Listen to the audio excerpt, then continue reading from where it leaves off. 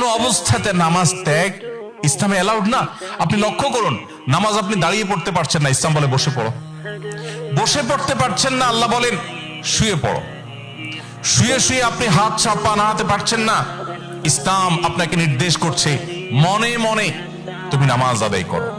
আপনাকে ওযু করে নামাজ পড়তে হবে, ওযু করতে পারছেন না, ইসলাম বলে তুমি তায়াম্মুম করো।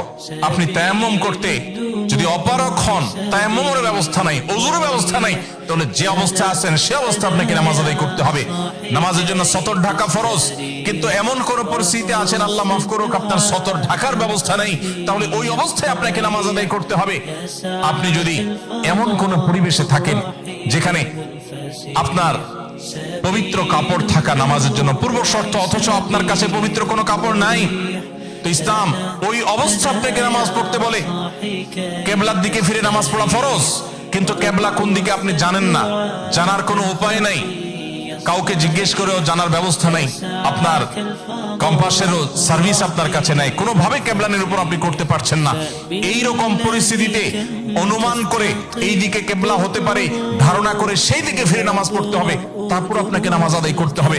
ভাইরা আমার, নামাজের গুরুত্ব এত বেশি বুঝেছেন সাহাবা ইকরাম যে যুদ্ধের মধ্যে, রণাঙ্গনের মধ্যে পর্যন্ত তীর এসে লেগেছে পায়ে, কিন্তু নামাজ ছাড়েন।